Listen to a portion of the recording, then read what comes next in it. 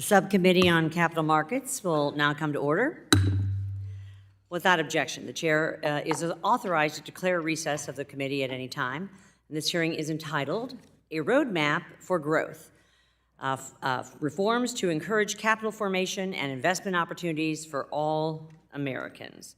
Without objection, all members will have 5 legislative days within which to submit extraneous materials to the Chair for inclusion in the record. I would now recognize myself for 5 minutes to give an opening statement. First, I'd like to thank you all for joining us today. It was a pleasure to meet you all prior to this hearing. As we bring our 4-part capital formation series to a close, as I outlined in the previous 3 hearings, I have held small businesses are the absolute backbone of our economy, and we must ensure that our markets are working efficiently and effectively to provide companies access to the capital that they need to innovate, to grow, and to create jobs. To accomplish that goal, we must also ensure a regulatory framework that is streamlined and not overly burdensome. As we've heard throughout our capital formation hearings, a framework that fails to, I'll say, right-size regulation will stifle innovation. It will limit wealth-creating opportunities for investors and prevent small businesses from reaching their potential. Over the past several months, we have had the opportunity to hear from a range of experts and stakeholders on the ways in which Congress can help promote economic growth and investment. At our first hearing, we heard how our private markets have been reserved for the wealthiest Americans. Our witnesses also shared insights into the challenges that entrepreneurs face when raising capital and identified some of the senseless regulations that limit their pool of investors. Their testimony proved the need for common sense reforms that expand wealth-creating opportunities to Americans who have effectively been relegated to the sidelines. Our second hearing explored the critical role of small businesses and entrepreneurs in driving economic growth and job creation in the United States. We discussed several ways to reduce obstacles, and our witnesses identified policies to promote capital formation for small businesses across the country. From this discussion, it became clear Congress must do more to enhance the ways in which small businesses raise capital in our markets. At our third hearing, we focused on the role of public markets in promoting economic growth and investment. We found that many companies are delaying their initial public offerings, IPOs, or remaining private to avoid unreasonable regulatory and disclosure obligations. Witnesses also discussed their concerns with declining IPOs, a reduction in the number of publicly traded companies, and the impact of these trends on investors and, I'd say, the broader economy. Their testimony underscored the need for proposals that, again, right-size regulation, making public markets more attractive without compromising investor protection. As we begin our final hearing, it is clear that these issues are deeply interconnected. Expanding investment opportunities for all Americans, improving access to capital for small businesses, and strengthening our public markets are all critical components of a healthy and vibrant economy. As we look ahead, there is much work to be done to ensure that our capital markets are functioning efficiently and effectively for all Americans. This includes supporting policies that promote investment, encourage innovation, and remove unnecessary regulatory burdens. Thank you again to my colleagues and today's witnesses for joining us in this important undertaking. Your insights and contributions are invaluable, and I think we all look forward to today's discussion. I am now pleased to recognize the ranking member, Mr. Sherman, of the Subcommittee on Capital Markets, our gentleman from California, for 4 minutes for an opening statement. Mr. Sherman. This is our 4th subcommittee hearing on the most important thing that financial institutions and capital markets do, which is provide capital for businesses, particularly small, medium-sized, and growing businesses. Most mainstream businesses turn to banks for loans, and they're increasingly not getting those loans. because our system, presided over by the regulators and this committee, is tilted against banks making business loans. We saw Silicon Valley Bank, they didn't go bad because they made bad business loans. They went under because of their bad bond investments. So what are the problems? First, credit unions face severe and unjustified limits on making any business loans at all. Second, the CECL accounting system brutally and unjustifiably penalizes any bank that does make a business loan. If a bank creates a portfolio of business loans by making highly profitable, very secure business loans, it must still list those loans on their balance sheet at less than par. Third, the rival to making business loans for a bank is investing in securities, chiefly bonds, and our system rewards banks by a bizarre accounting system. If they list these bonds as held to maturity and the bonds happen to go down in value, well, heads I win, tails no bet. You can still list those bonds on the balance sheet at par, even though they aren't worth par. But if the bonds go up in value, the bank simply sells one group of bonds, replaces them with another group of bonds, and puts the gain right there on the balance sheet. Finally, we have a system where business development companies are unduly penalized by the SEC because those mutual funds that invest in BDCs are penalized by having to show a wrongful overstatement of their costs. And that's why, Madam Chairman, I'm glad you've included in the bills we're considering, the bill I introduced along with Representative Huizinga, to change this bias. So the other avenues for businesses to get capital are partially foreclosed by unjustified laws. So businesses will often turn to private placements. Critical to a private placement is the definition of accredited investor. I agree with the majority that our current definition is unfair and illogical. It should be replaced by a definition that does two things.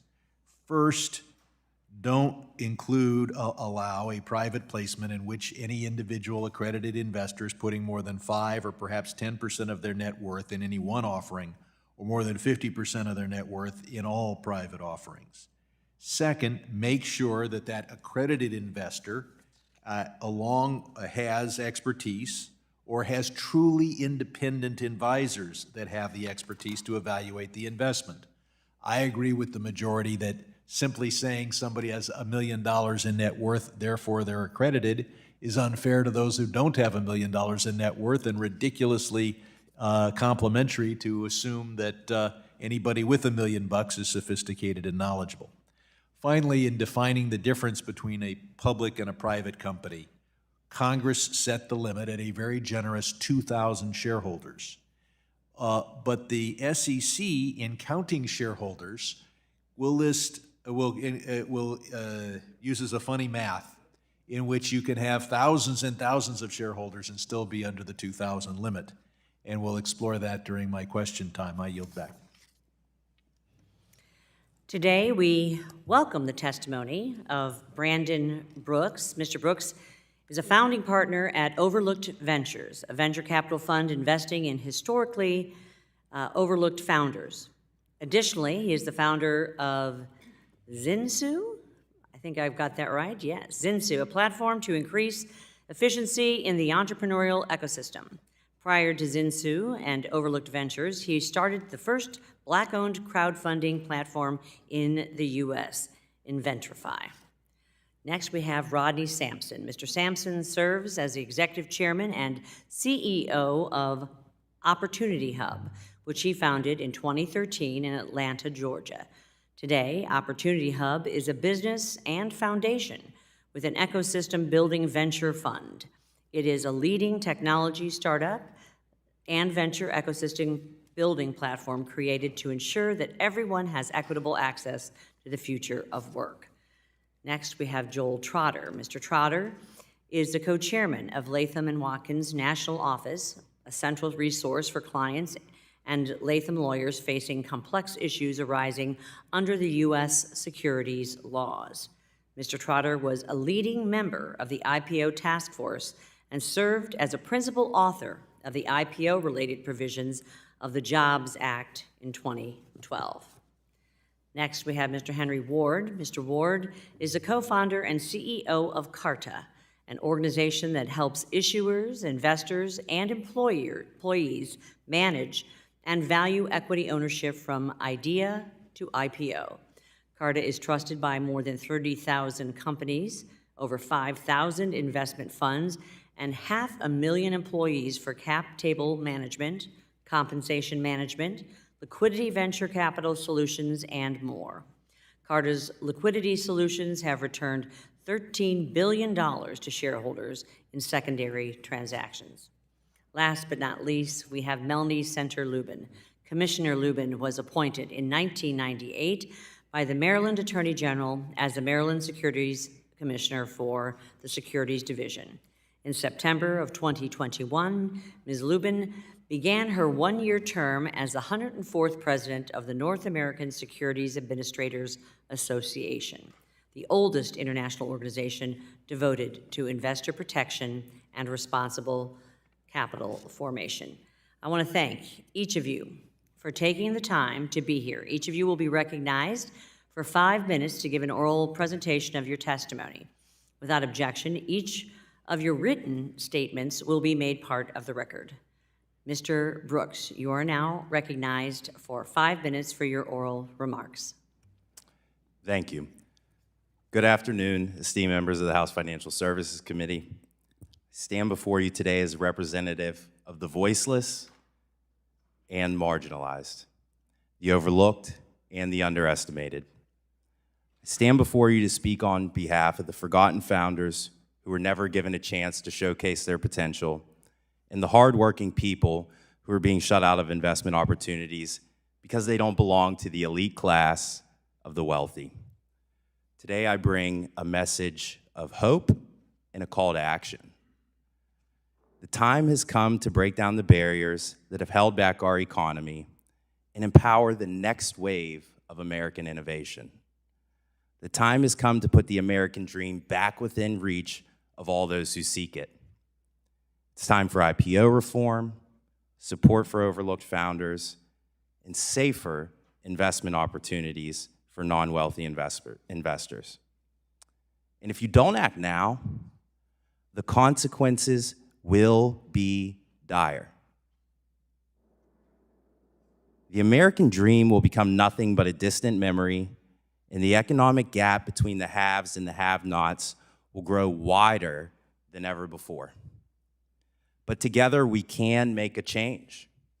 Together we can create a better future for all Americans. Thank you for your attention. According to a report by the National Venture Capital Association, the number of IPOs has declined by more than 38% since 2014. This decline is troubling because IPOs provide a critical source of capital for companies to grow and expand. By going public, companies can access a larger pool of investors and raise the capital they need to expand into new products, hire more employees, and expand into new markets. But going public is a daunting process for many companies, especially the smaller ones. It's expensive, time-consuming, and comes with a host of regulatory requirements that can be overwhelming. That's why we need to make it easier and more attractive for companies to go public.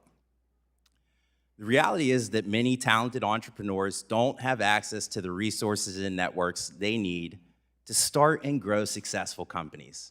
Women, Black founders, and people who exist outside the lines of the traditional startup ecosystem in particular face significant barriers when it comes to accessing capital and building the networks that are necessary for success. To address this, we need to create more opportunities for overlooked founders to access capital and build networks. Finally, we need to make it easier for everyday Americans to invest in the future of our economy. The reality is that most Americans are excluded from investing in early-stage companies because they simply don't have the financial resources to do so.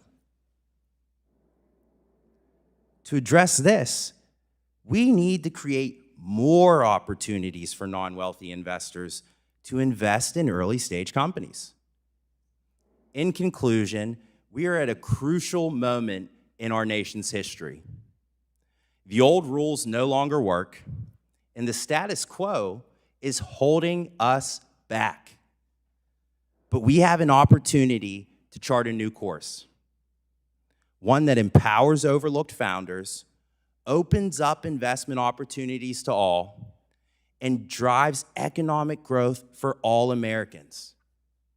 It won't be easy, and it won't happen overnight.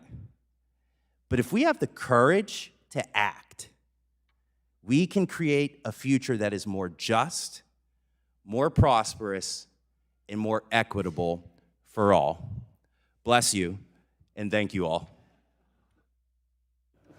Very kind of you, Mr. Brooks. Thank you. Mr. Sampson, you are now recognized for 5 minutes to give your oral remarks.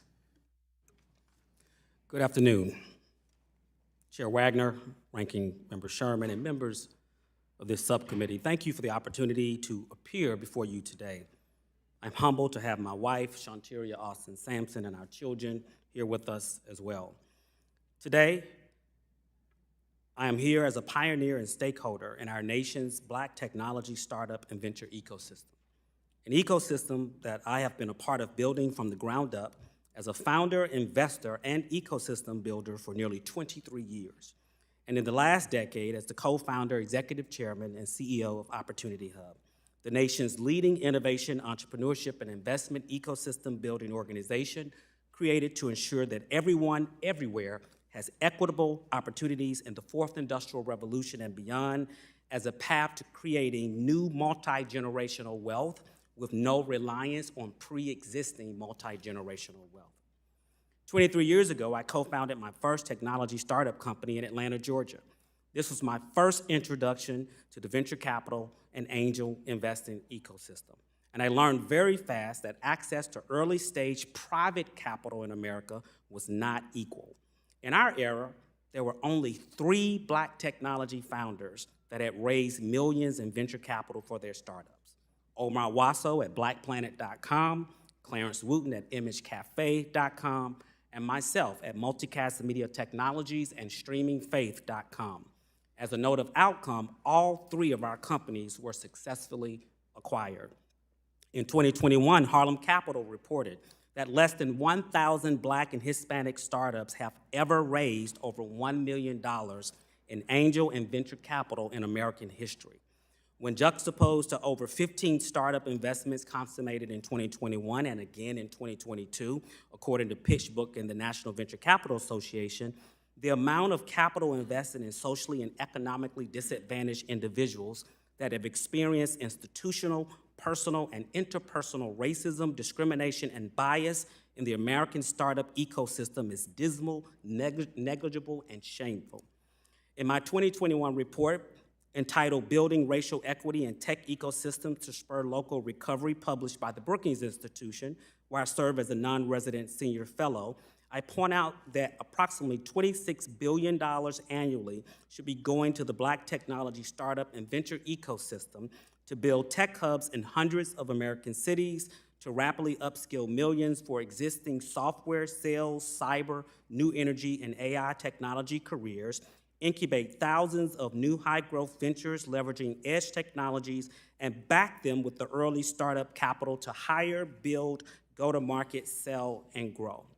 Ecosystem orgs like OHub, venture capital firms like 100 Black Angels and Allies Fund, and angel investors like my wife and I are exhausted from asking the existing private markets to invest in the thousands of brilliant Black technologists, operators, and founders that are part of our growing ecosystem.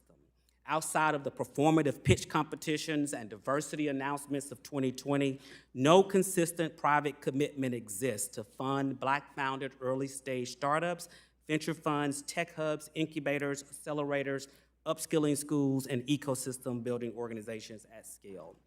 The current relevant public sector commitments like the State Small Business Credit Initiative, EDA's Build Back Better Regional Challenge, Regional Tech Hubs, and NSF Engines and CHIPS and Science Act are very exciting for overall global American innovative competitiveness, yet there's little hope in the Black technology startup and venture ecosystem that this funding will actually make it to America's overlooked and underinvested communities with any sizable traction or scale.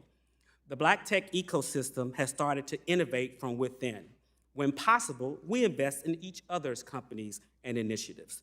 OHUB created the Black Technology Ecosystem Investment Certificate in collaboration with UNC, Duke, Stanford, and the Links Incorporated.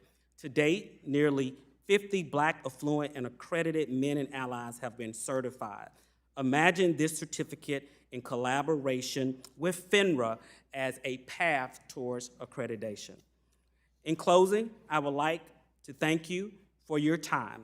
If we do not get on the capitalization tables of these startups that are transforming society as we meet today, we will have future generations in America of haves and have-nevers. Thank you. Thank you very much, Mr. Sampson. Mr. Trotter, you are now recognized for 5 minutes to give your oral remarks. Good afternoon, and thank you, Chairman Wagner and Ranking Member Sherman, members of the subcommittee. It's a pleasure to be here today, appearing before you.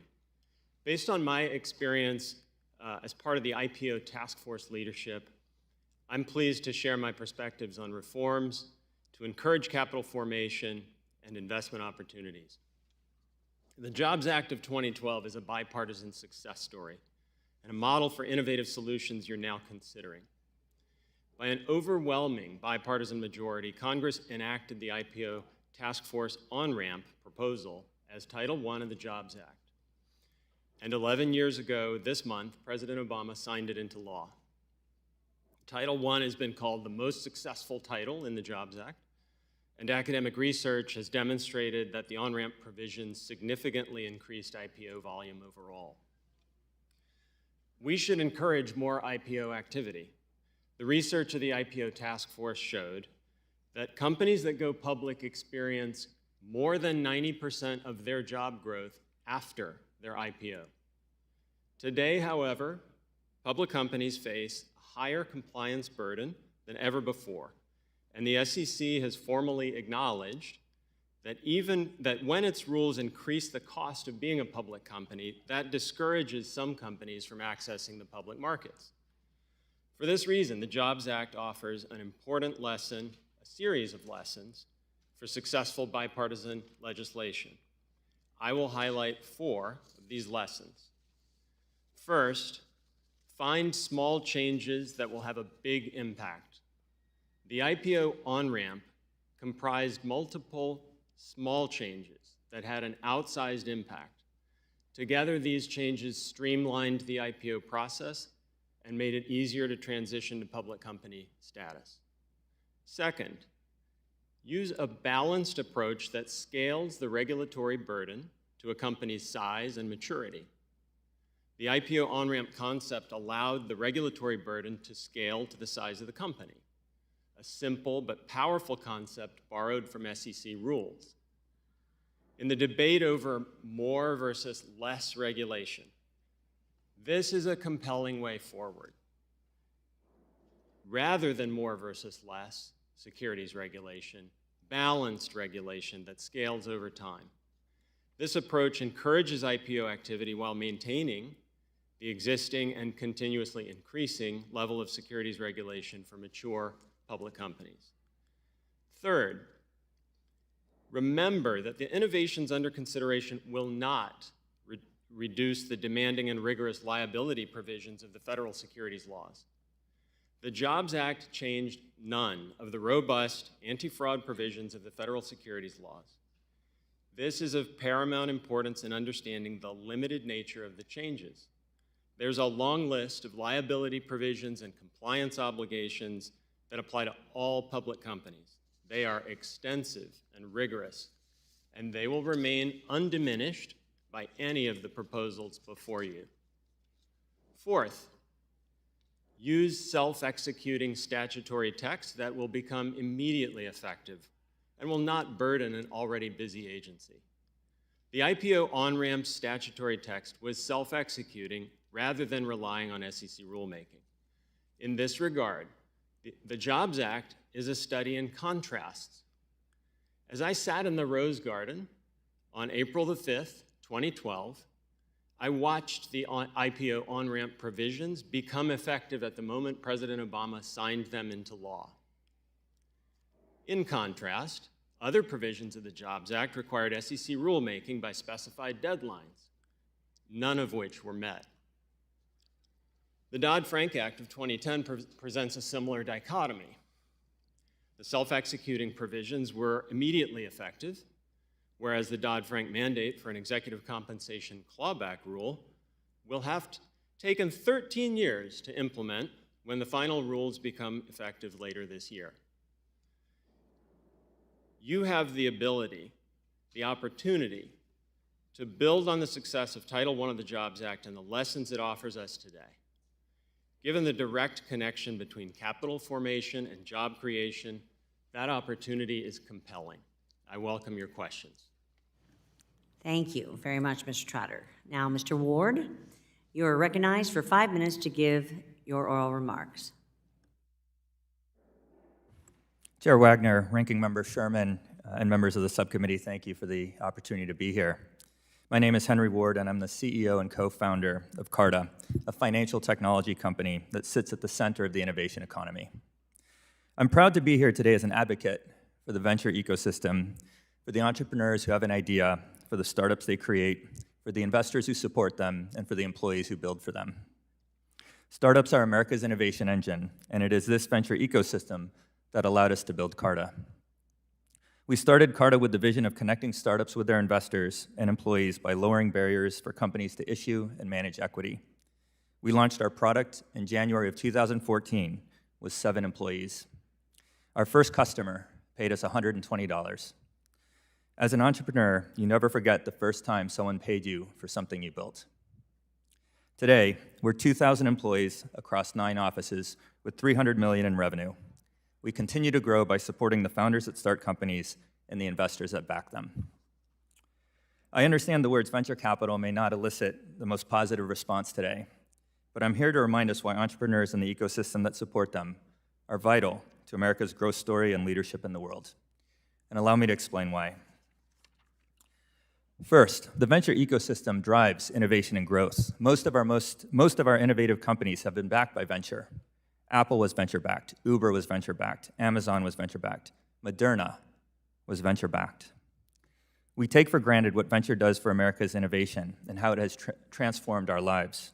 So much of the technology we use today is a direct product of startups and venture capital. America has driven every major technological innovation in the last 30 years. Not China, not Russia, not Europe, not Asia. It is one of the most important ways we lead the world. And most of that innovation has come out of the venture ecosystem, and we must not take that ecosystem for granted. Second, we can make the venture model work better.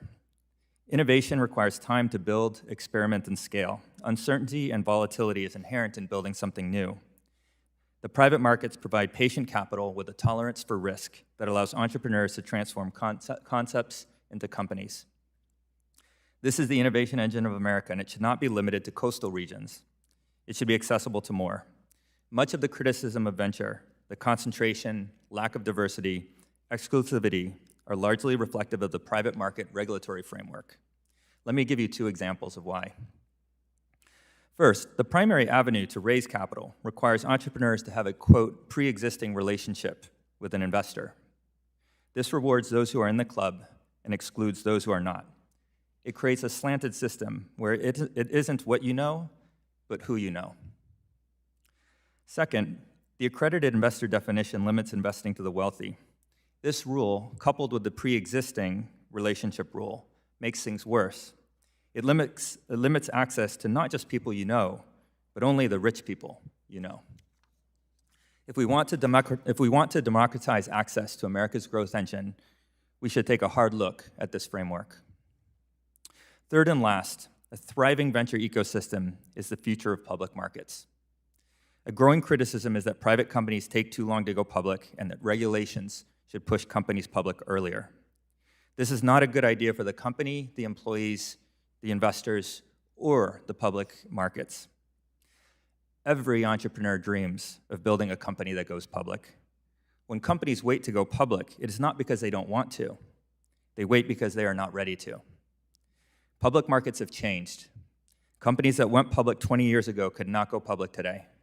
The expectations for scale, quarterly predictability, resiliency of business model, and financial means have grown.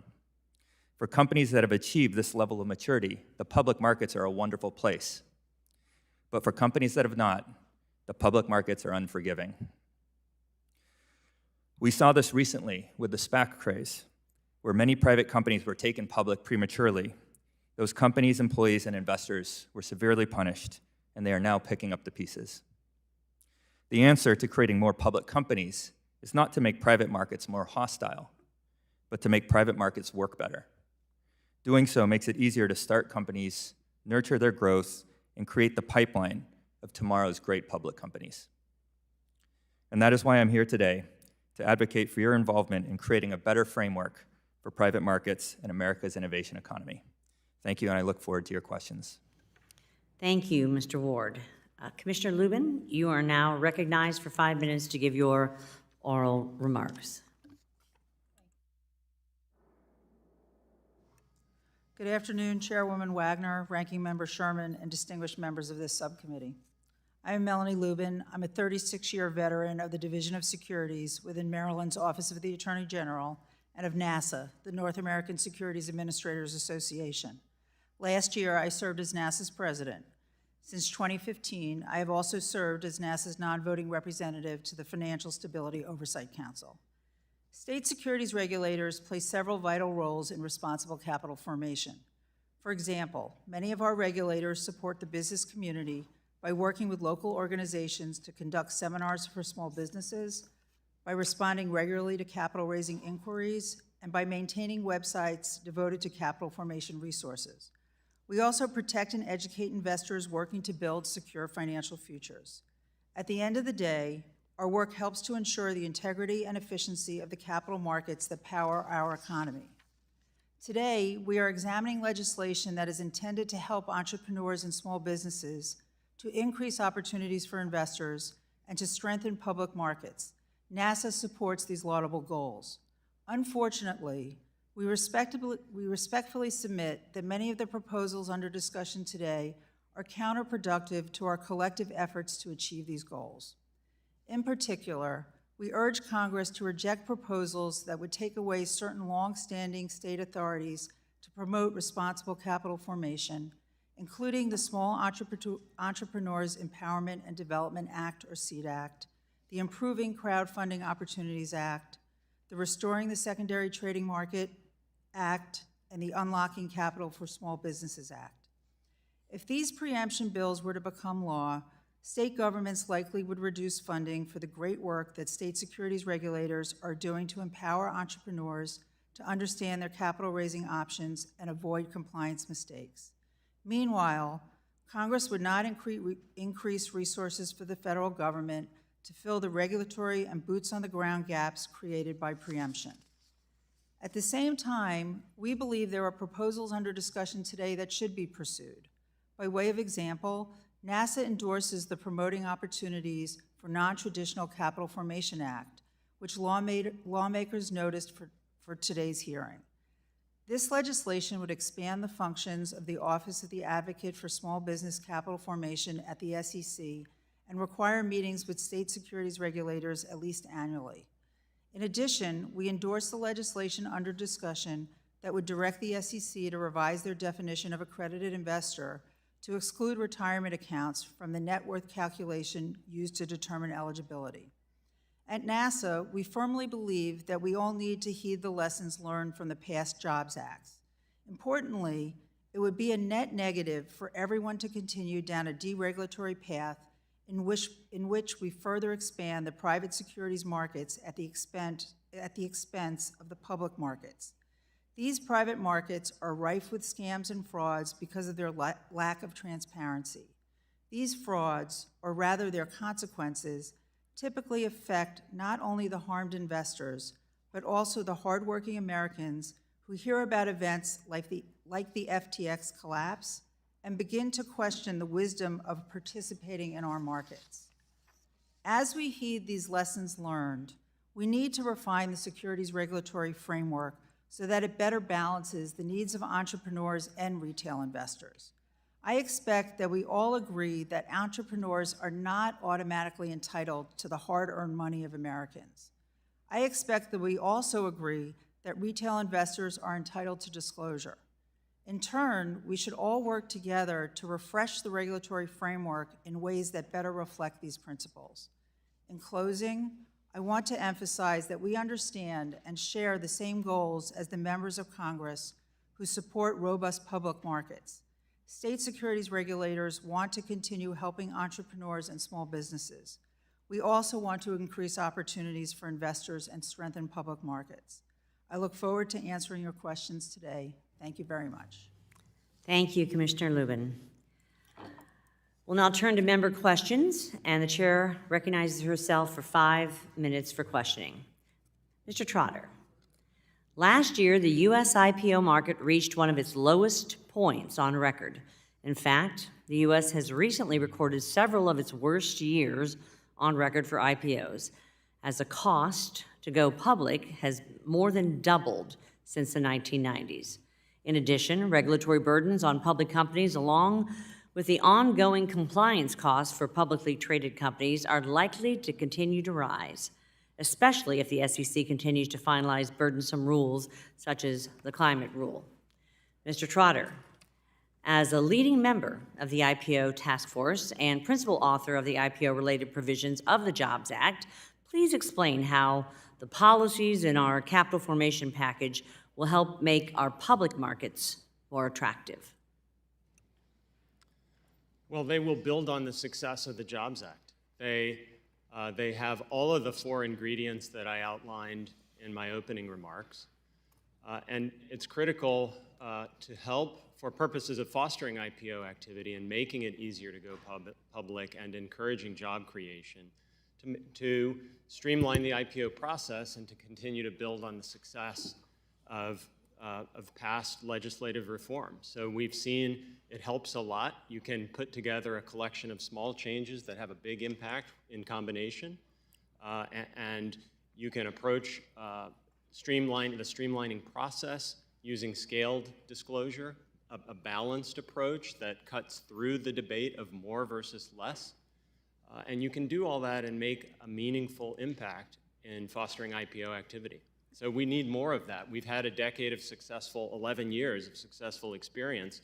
It's time to build on that and do more. Yes, and as you know, Mr. Trotter, SEC rules allow all issuers to test the waters with qualified institutional buyers and institutional accredited investors, either prior to or following the filing of a registration statement, to gauge potential interest in a contemplated registered security offering. Prior to the IPO, SEC staff reviews test the water materials to make sure that the information is consistent with the information presented in the company's registration statement. Would requiring issuers to include test the waters materials, such as slide decks, in their S-1 registration statement be unnecessary and potentially harmful to both investors and issuers? It would be not only unnecessary, but a terrible step backward, and let me explain why. Testing the waters was implemented through Section 5D, and its power is in its simplicity. You can make it cuts through a problem, a communications restriction that made sense in 1933 and makes no sense in 2023. And that is, you need to be able to communicate with prospective investors about your potential IPO.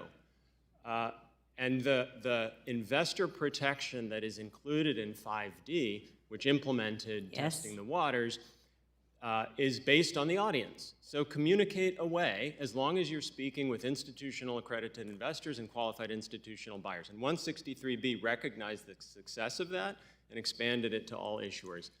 if you destroy the simplicity of that by larding it up with additional requirements, it's going to, again, it's just going to be a step back. My bill in our capital formation package, the encouraging public offerings, aims to simply codify the current SEC rules allowing issuers to test the waters prior to an IPO.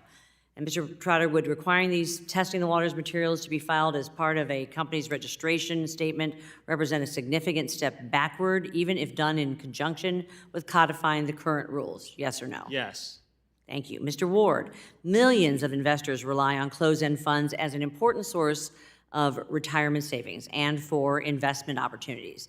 However, the SEC's 15% limitation on a closed-end fund's investment in the private markets effectively denies retail investors access to the private markets. Given that closed-end funds are strictly regulated and professionally managed, do you think it is appropriate to limit their investment in the private market and exclude so many Americans from potential high-growth opportunities? I think the closed-end funds are a very responsible way to give retail investors exposure to private assets. There's a lot of portfolio theory and modern financial theory on how much you should diversify a fund and investments across different asset classes. I think that should be the North Star of how we decide, how the individual fund managers decide how much to allocate into illiquid or private market assets on behalf of their investors as part of their fiduciary responsibility. It doesn't make sense to me that it would be a regulatory number that decides how to diversify a portfolio. I thank you. I am out of time, and but I have so many more questions. I'll now turn to member questions, and I will recognize the distinguished ranking member, Mr. Sherman, for 5 minutes for questioning. It's frustrating to see people get rich when they invest in just one thing and you wish it had been you. But keep in mind, I'd like to think I would have invested in Apple, but I might have invested in pear or in banana or in kumquat and lost all my money. Wages are too damn low. Most Americans are living close to paycheck. And frankly, people shouldn't be investing in private offerings until they have several months of living expenses in the bank. That being said, a system in which to be accredited investor means you're a millionaire. If you're not a millionaire, you can't invest, is hard to defend, and I would not try. But keep in mind the professionals who do this, the venture capitalists, say you're going to lose money on 9 out of every 10 investments and make it all back hopefully on the 10th. If you can't afford to lose money 9 out of 10 times, this may not be the market for you. If you're trying to raise money to run your business, you have a tendency to look at each element of investor protection as a barrier to you doing what you need to do for your business. But ultimately, if you don't have investor protection in the economy, you don't have investors. Investor protection is not the antithesis of capital formation. It is a necessary antecedent. Mr. Trotter, you've got a good point when you say that we ought to pass laws that become effective immediately. I think we should do that, but then we should give the SEC the right to make modifications by regulation. The chairwoman pointed out that there is a statistic that has now cost twice as much to go public as it did in the 1990s. But tomatoes are 5 times as expensive as they were in the 1990s. I don't know if that number is inflation adjusted. I do know that the biggest cost in going public is what you give the underwriter for selling the investment rather than the governmental costs. Does anybody know on an inflation-adjusted basis whether the cost to prepare, not the underwriter's fee, but the cost to prepare the going public document has more than doubled or has even gone up at all? I'm looking for a witness to raise their hand. I don't see one, so I'll invite you all to respond for the record and go on to another question. Once a company has, at least the way Congress wrote the law, once a company has 2,000 beneficial owners, it's a public company. And yet we have a circumstance where you can have hundreds of owners all use the same street name. I'm at Merrill Lynch. Merrill Lynch may have 500 of us who have invested in one company. It's listed as just one. That's kind of an absurd definition of private company if it has 5,000, 10,000 different beneficial owners. Now, when I say beneficial owner, I mean the entity. So like Mr. Smith's estate might have, he might have 8 children. I'm counting Mr. Smith's estate as one beneficial owner, even though there are 8 descendants who benefit. Ms. Lubin, does it make any sense to count each street name as just one beneficial owner? And can we have a more as a practical matter, make sure that street name listed securities ownership is, we identify how many beneficial owners there are? Thank you for that question. I think you're exactly right. I think it's antithetical to the idea that you want public companies, but then if you just count the broker-dealer that lists the name, you can have thousands and thousands of shareholders underneath that, and you're only counting them as one shareholder. I'd point out the SEC hasn't done its job in defining it, and even worse, some of my colleagues want to lock in and prohibit the SEC from changing how it counts. Ms. Lubin,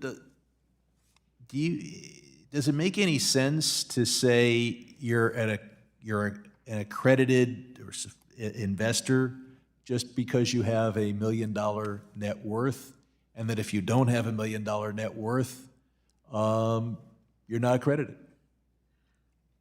And when I say $1 million net worth or $250,000 income, and I know there's some adjustments. Thank you for that. The accredited investor definition is complicated, and it is being looked at by the SEC, and there are a lot of different standards. I think there are a lot of proposals on the table to take a look at it. The net worth, the income level, could an independent advisor help someone who has no conflicts? Are there possible... My time has expired. I'll ask you to respond even in greater length for the record.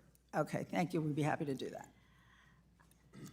The chair recognizes the gentleman from North Carolina, the chairman of the full Financial Services Committee, Mr. McHenry, for 5 minutes for questions. I want to thank the chair for yielding, and want to thank the panel for being here. You all have testified in different environments. Mr. Trotter, thank you for your work on the Original Jobs Act in particular.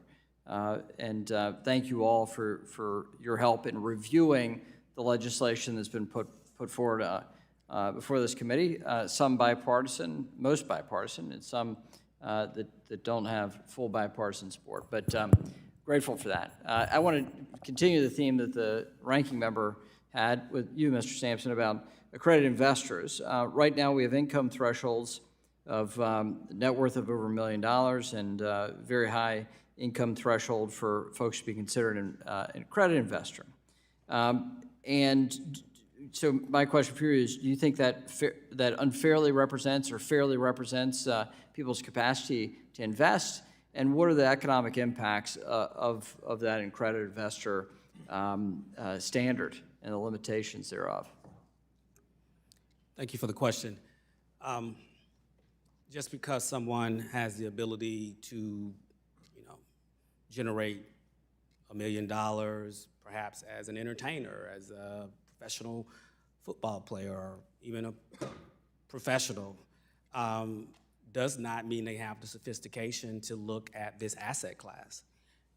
Does not mean they have the sophistication to make a decision on understanding the risk outside of them perhaps being able to afford the risk. When you look at the lack of capital contextually that has gone to black founders in an asset class that's maybe 50 to 60 years old, but if you look at the last 20 years or so, less than 1% going to black founders in particular, the current framework is not working for all Americans. And so I know the devil may be in the details, and there may be some nuances to kind of reach bipartisanship, but we have to do something. And, I don't see a lot of legislation stopping folks, from buying Yeezys, flying to Vegas, and purchasing non-appreciating assets.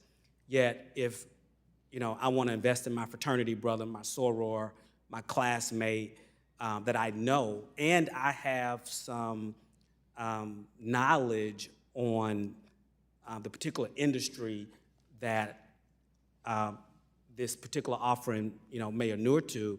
I think there should be an opportunity for them to invest. I mean, think about the professionals that come into entry-level careers, or even the gig workers or the suppliers who are contractors to those respective companies, and they work for 5, 10, 15, 20, 30 years, and they leave with a fake gold watch, never having been given the opportunity to actually invest $100, $500, or $1,000. Maybe there's a small equity package that they're given, but the multi-generational wealth creation is happening amongst the founders and the C-suite.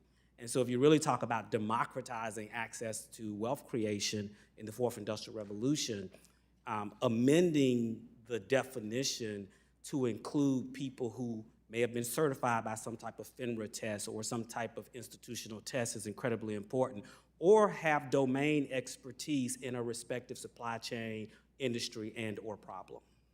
So Austin, Boston, Silicon Valley still are the disproportionate share of venture capital investment in this country.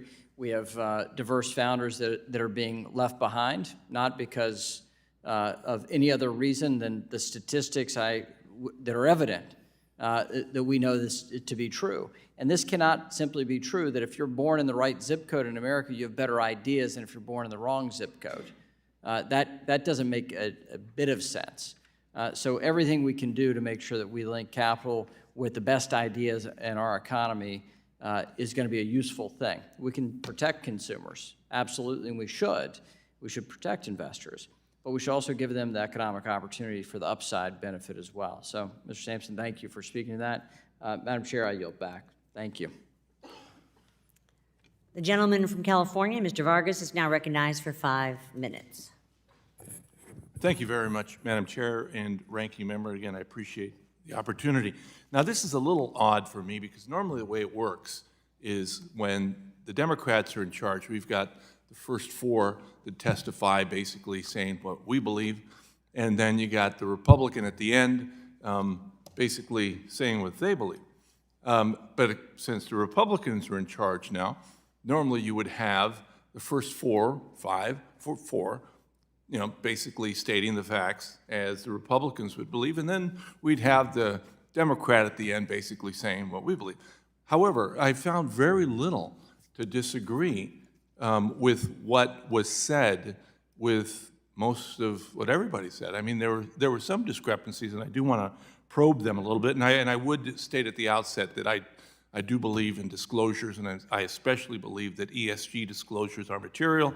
I do like where Gensler's going on that. I'll set that aside because that's one thing we just like to fight about up here.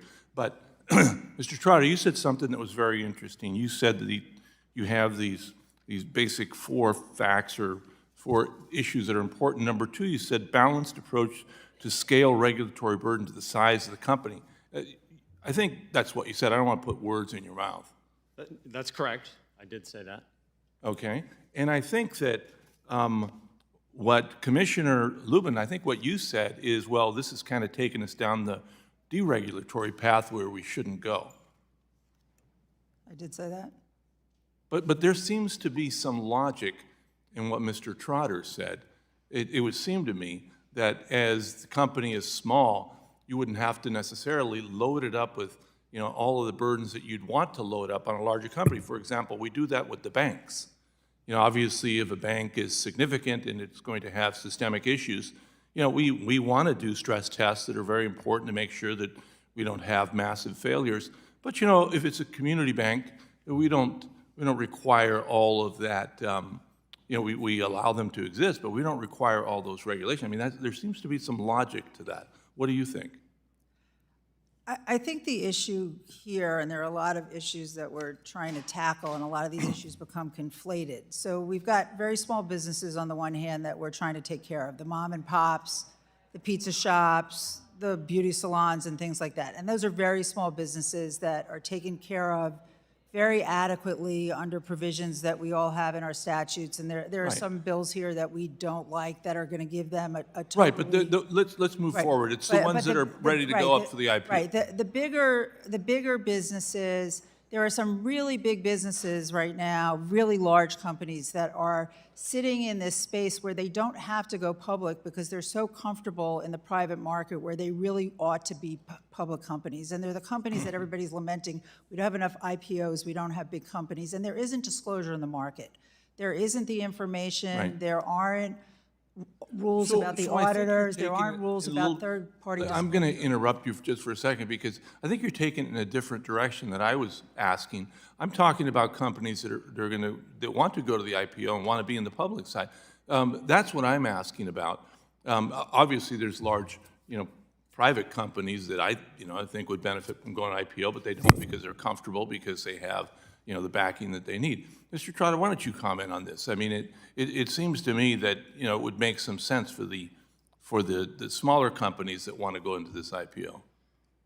Absolutely, and I'll start with a comment that I've heard Ranking Member Sherman make in the past, which is you can't give 404B relief. You can't give relief from the Sarbanes-Oxley internal controls audit requirement because then you're going to have more WorldComs and Enrons. WorldCom and Enron were mega cap companies. WorldCom had $30 billion in revenue. Enron had reported $100 billion in revenue, $10 billion in revenue 4 years before it melted down, right? So they would never have qualified as an emerging growth company. And this is exactly the point. So they would be, if you had a time machine, and the Jobs Act existed prior, and Sarbanes-Oxley existed previously, they would have been, as mega cap companies, they would have to comply with the full panoply of regulation, exactly as you're describing, and a startup that is trying to enter public company status gets relief. And it's based on the original SEC rule says when you initially go public, even if you are a mega cap on day one, you get until your second annual report before you have to comply with 404B, even for the largest company. So the idea of the IPO on-ramp was let's extend that. We did it for 5 years. It's time to extend it more. My time is up, and I apologize because I had more questions, but thank you, and I yield. I appreciate it. The gentleman from Michigan, Mr. Huizinga, who is also the chair of the Subcommittee on Oversight and Investigation, is now recognized for 5 minutes. Thank you, Madam Chair. And at the risk of appearing like I'm picking a fight, which I'm not trying to, I can't let stand exactly what my friend from California seemed to be creating the image of. Because I can tell you back in February, we had a similar hearing on wealth creation and opportunity that specifically plumbed the depths of qualified investors. And we had a friend of mine, David Olivencia, who runs Angles Capital, Eli Velasquez, who was there, a woman here from Washington, D.C. named Omi Bell, who runs Black Girl Ventures. And we also had a Duke Law University professor who literally, after they went through the opportunities that they could have had and how they had been stymied, sat at the end of that panel saying, in effect, these people shouldn't be able to invest. And I got to tell you, way too often we've seen regulators, academics, and yes, politicians who have said, no need to apply.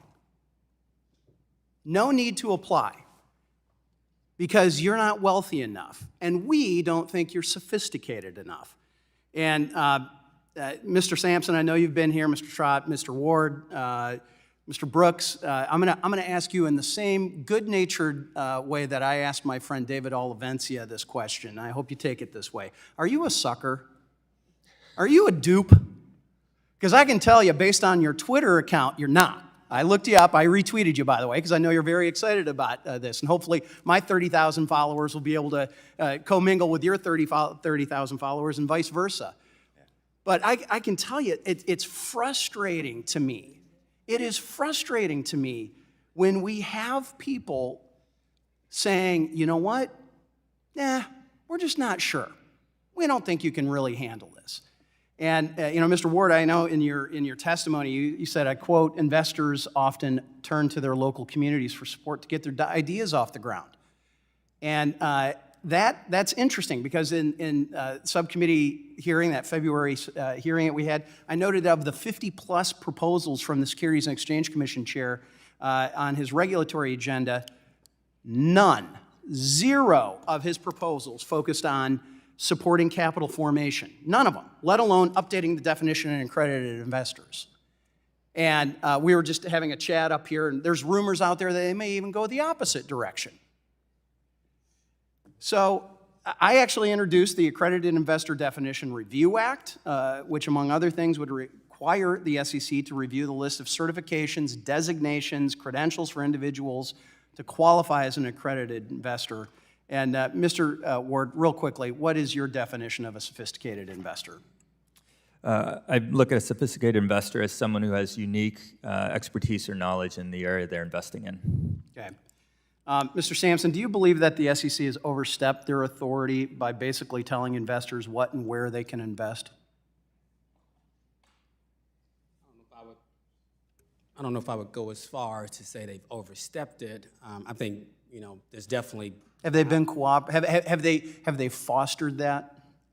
I think about some of the titles, Title VII of the Jobs Act, which actually created a diversity, equity, inclusion officer, and some of the outreach they've done to underrepresented communities. I think they've definitely tried. I've worked closely with the SEC, throughout my tenure. I did want to say something really quickly to the gentleman, and I've jokingly said this to Congressman McHenry over the years. We haven't agreed on much politically. Since I've been voting since 1991, I was an undergraduate at New Orleans at Tulane University. David Duke was running. We got registered to vote so that David Duke wouldn't become governor. And so I voted Democrat all of my voting career. But when it comes to capital formations from the Jobs Act to redefining the definition of an accredited investor and some of the other regulatory frameworks, I have agreed with the GOP on that in specific. To be honest, I'm not concerned about whether you're an R or a D, an independent, black, white, green. It doesn't really matter. It's about opportunity, freedom, and liberty. And way too often you're seeing government get in the way of that. And I'll finish with that. We don't want to see these rules hurt private companies seeking capital. And I just want to, and my time is up, and I blew up my whole plan on what I was going to do, but I just felt I couldn't let that stand. And I want to say thank you. Thank you for what you're doing, what you're fighting for, what you are standing for, because you are exactly the voices and the faces that we need to see, that the American people need to see, that frankly Chair Gensler needs to see, to make sure that we are going in the right direction. I yield back. Thank you. And let the record reflect that Mr. Brooks was also applauding and giving a thumbs up. The gentleman from Missouri, Mr. Cleaver, is now recognized for 5 minutes. Thank you, Madam Chair. Commissioner, I'm curious about the type of population that is the accredited investor definition, rather, intended to capture. What group are we trying to capture? What segment of our population is the accredited investor definition intended to seduce? Thank you for the question. Originally, when Reg D was set up back in the early 80s, less than 2% of the population qualified to be accredited investors. And the theory behind it was that investors who would be in a position to protect themselves, who had the wherewithal to lose the money if they were going to lose that investment money, would be putting their money into these private deals. Now the numbers, because they have not been adjusted for inflation, the only real change to it that had any meaning over the past 40 years was to take the primary residence out of that calculation. It now covers 13% of the population. And we're talking about, some of these proposals will expand it well beyond that, to a group when you think that most America, or a significant number of Americans only have $65,000 in their savings account, and that's all they have, will expose significant money to the riskiest investments in the market. So I understand that people should have freedom, but you don't get the phone calls I get on a regular basis. You don't see the arbitrations I see filed. You don't get the complaints we see where people are losing their money all the time, and this is their life savings that they're losing. People who do not have the ability to go in and re-earn the money that they've earned because they lose them in these kinds of investments. They're private deals, there's no backup, there's nobody else, there's no way for them to get their money back and replenish it. And the money's gone, the deals are gone, and they can't get it back. And the more these standards are liberalized, the more people are going to lose their money and not have the ability to get the money back. The problem with these deals are the more investors who get into them, they will not have any transparency. There's not going to be information. There's not going to be the ability to have a line of sight into the deals and see, what the financials are, what the background is, what's really going on inside those businesses, and have the ability. There are wonderful entrepreneurs. I saw the prior hearings. But there are also a lot of people out there who are interested in taking advantage of these investors. Mm-hmm. Well, I want to follow up. Apparently, I shouldn't say apparently. Do you believe that the existing thresholds are accomplishing that? Over all my years in the Securities Division, I think the existing thresholds at this point need to be adjusted. I think things like pulling out savings accounts, adjusting the numbers up to reflect inflation is important. I think if you look at a lot of the bills that were noticed for this hearing, we're adjusting the numbers up for thresholds for the businesses and giving them more leeway. Some of the billion-dollar businesses are being adjusted for inflation so they continue to qualify for a lot of the standards and will continue to qualify. I think we should give the investors the same leeway and let their standards, give them the protections they'll get by adjusting their numbers the same way we're giving the businesses the benefit of being able to be bigger and still qualify for some of the breaks that they get. So you believe that we should, that lowering these standards will somehow accomplish the objective? Now, I think actually that we need to raise the standards for accredited investors so that they continue to have the protections that were originally intended. I think there are other things that we can do to maybe free up some of the requirements. Given those ideas, my time is running out. So, what do you have an idea on that? What we could do instead of lowering the threshold? I mean. There are some other things that the SEC is considering that I think we can talk about, and we'd be happy to provide some additional information for you. All right, thank you. Thank you, Madam Chair. The gentleman from Wisconsin, Mr. Steil, is now recognized for 5 minutes. Thank you, Madam Chair. Mr. Trotter, if I can, you're one of the creators of the IPO on-ramp in Title I of the Jobs Act. And as Commissioner Peover noted last month, Title I is the most successful title in the Jobs Act and significantly increases IPO volume overall. Why, I have a handful of questions here, so if you can just be concise. Why should policymakers be interested in increasing the volume of IPOs? Well, because it's directly linked to job creation. Over 90% of a company's job growth when it goes public occurs after the IPO.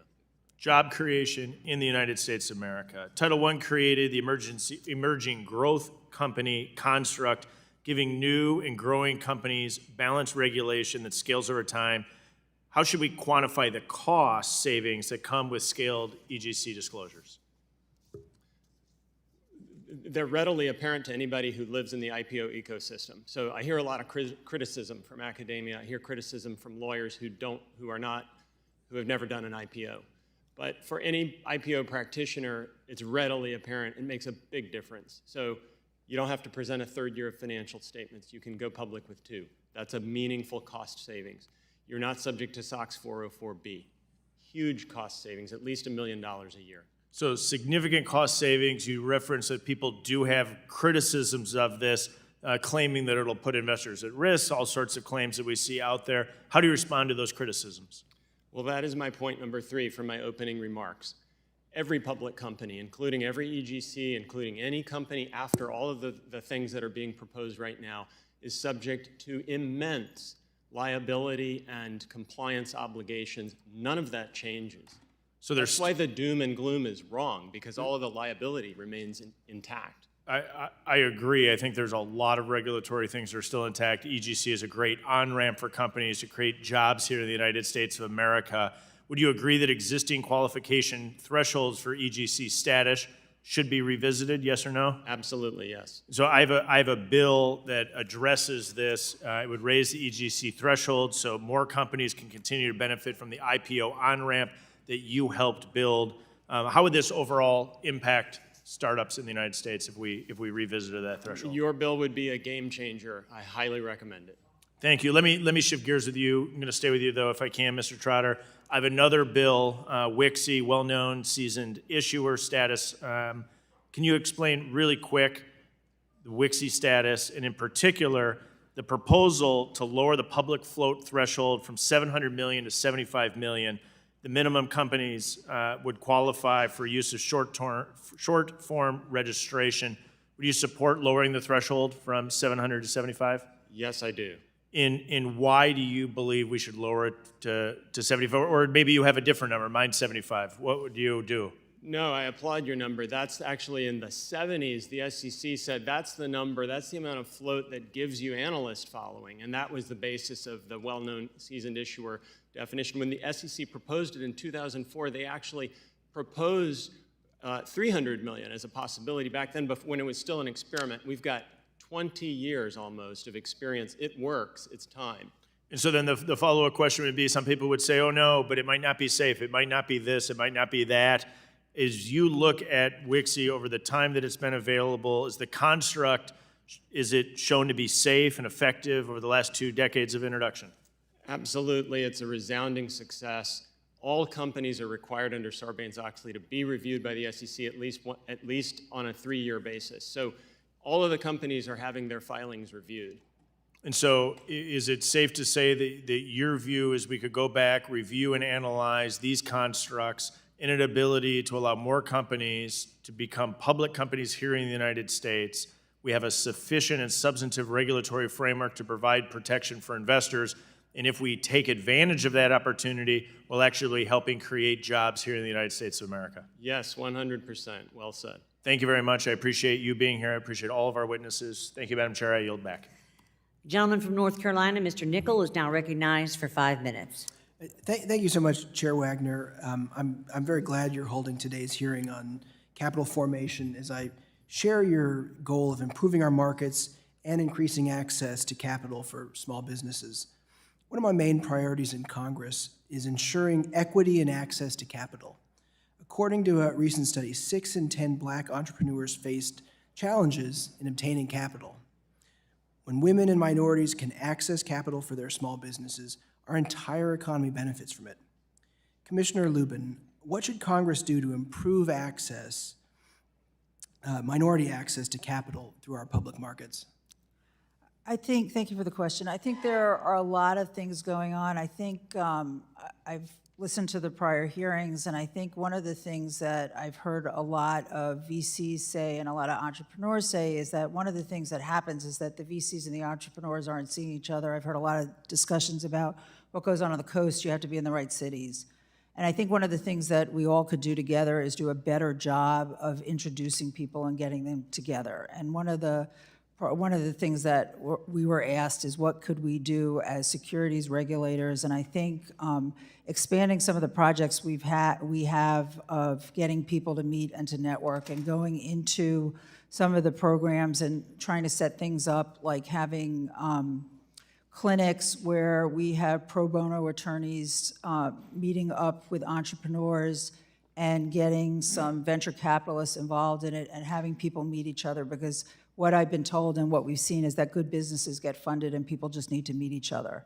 So I think if we can facilitate that and get people meeting each other and talk to us some more, because they talk to us now about how do we get into compliance, and we can help them avoid some pitfalls and realize, because, for example, we've got some small business programs in Maryland where we say, look, you're probably not in a position where you want to take on shareholders right now, because there's a lot of things small businesses don't understand for that, but maybe you want to take on some debt and do debt offerings. So there's a lot that we do to help businesses develop things and do those kinds of programs. Thank you. I applaud the efforts to enhance capital formation and remove roadblocks to ensure that entrepreneurs can access the resources they need to be successful. But at the same time, we need to ensure that consumers and new investors are adequately protected. Underrepresented entrepreneurs often struggle to find capital, and they would benefit from a larger pool of more diverse investors that look like them. Some of my colleagues on the other side of the aisle have proposed changing the requirements to qualify as an accredited investor. One example would be to include individuals who pass an exam established and administered by the SEC or FINRA. Mr. Sampson, you discussed in your testimony wanting to grow the pool of Black investors in this ecosystem. Would this proposal to allow people to become an accredited investor after taking an exam do that? It absolutely will. We created a Black Technology Ecosystem Investment Certificate Program during my visiting professorship at Keaton-Flagler at the University of North Carolina in collaboration with Duke and Stanford, and the Links Incorporated, which is a national organization of affluent and many wealthy Black women in this country. We graduated 50 people in that program that now understand the asset class, know how to identify deal flow, and know how to invest in venture funds and startups. We need to do that at the level of the thousands. Why? Because it's not that founders are not meeting investors. They're getting in the rooms and they're still getting told no. So the meetups are not working, the conferences are not working, and so we have to develop a new investor class that's educated to actually make investments in respective companies, and I think we'll see traction with increasing that less than 1% and getting it to more equitably around 13 to 20%. Thank you, Mr. James. You've identified some outstanding research universities there. Mr. Ward, what are your recommendations to ensure that such a test is as robust as possible?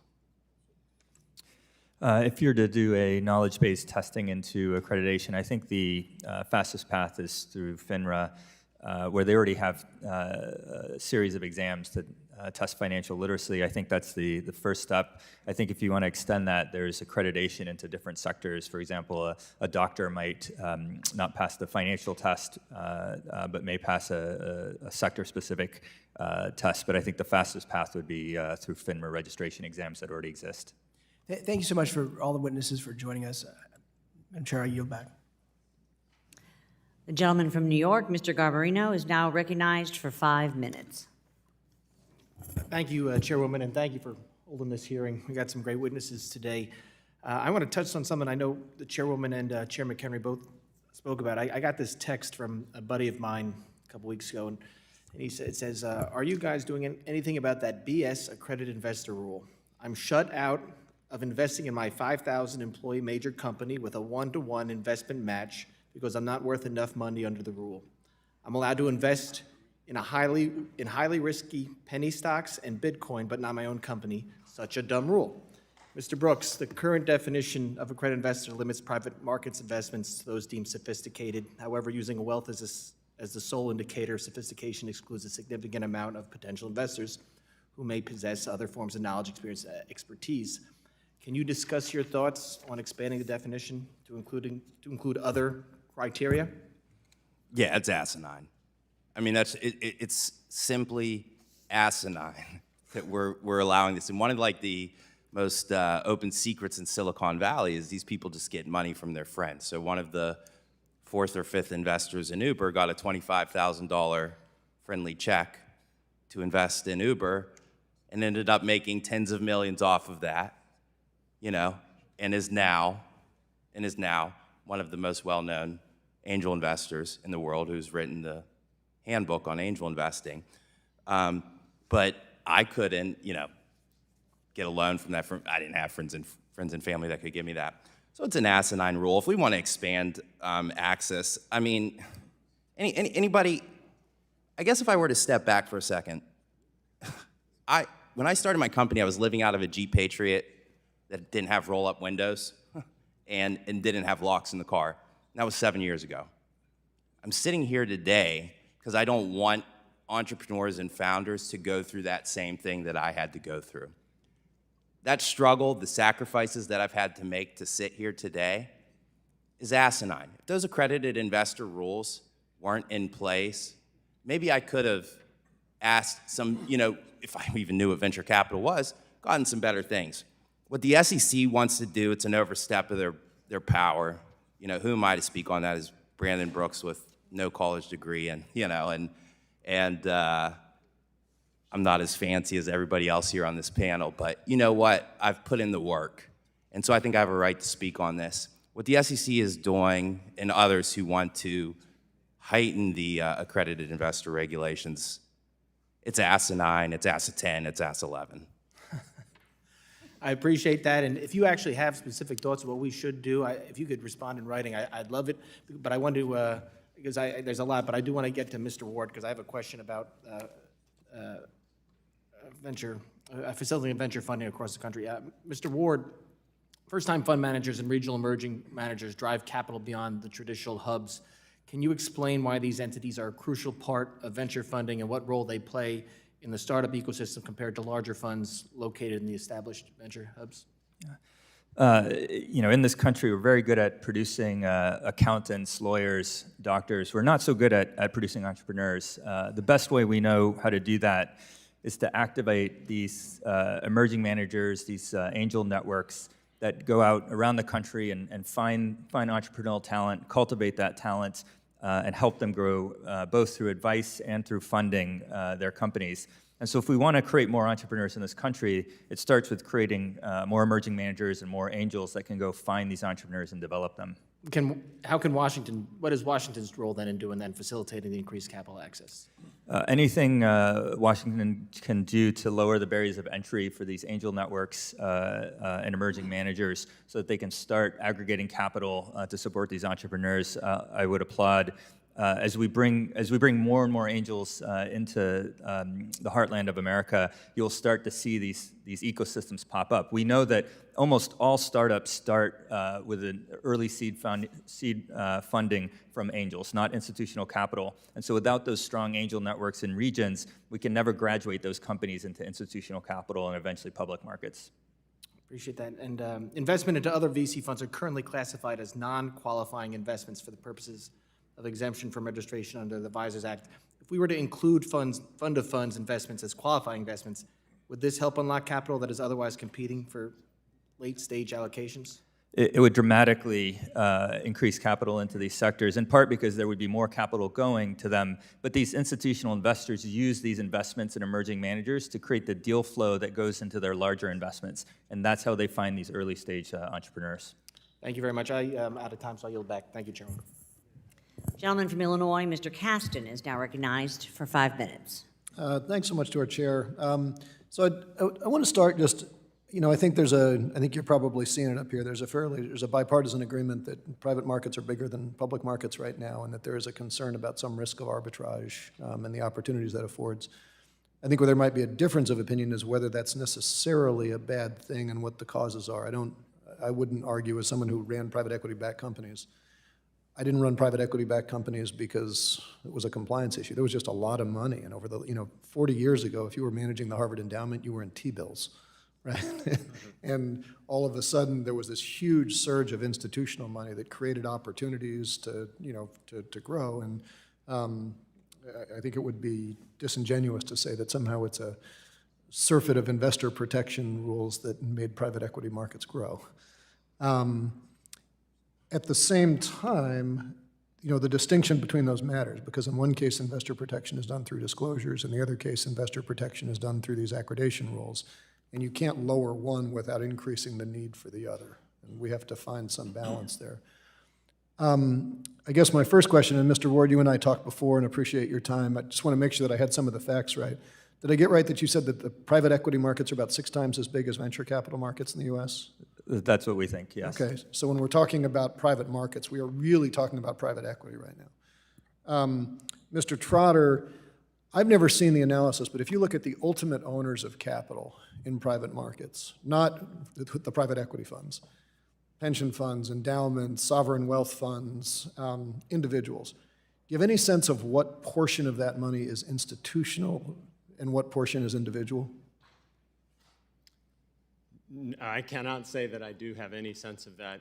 There's been a lot studied in this area, the sort of de-retailization. I mean, there are, but I think Mr. Ward could speak to that. Well, I guess if I could make just a qualitative observation, if I had it like in my own experience raising money, there's a lot of institutional money out there. There's a very small number of sort of wealthy family offices. Like, yes, there are some, but my gut feeling, and I see heads nodding, but unless anybody disagrees, that the bulk of the money in private markets right now is institutional. I think that would be fair, but I do think in the last decade we've seen the emergence of the family office that competes with this institutional capital. Sure. So then with that, someone once told me that the least sophisticated, in the way that you all are using the word sophisticated, not the way that we define sophisticated, the least sophisticated people in the world are pension fund managers.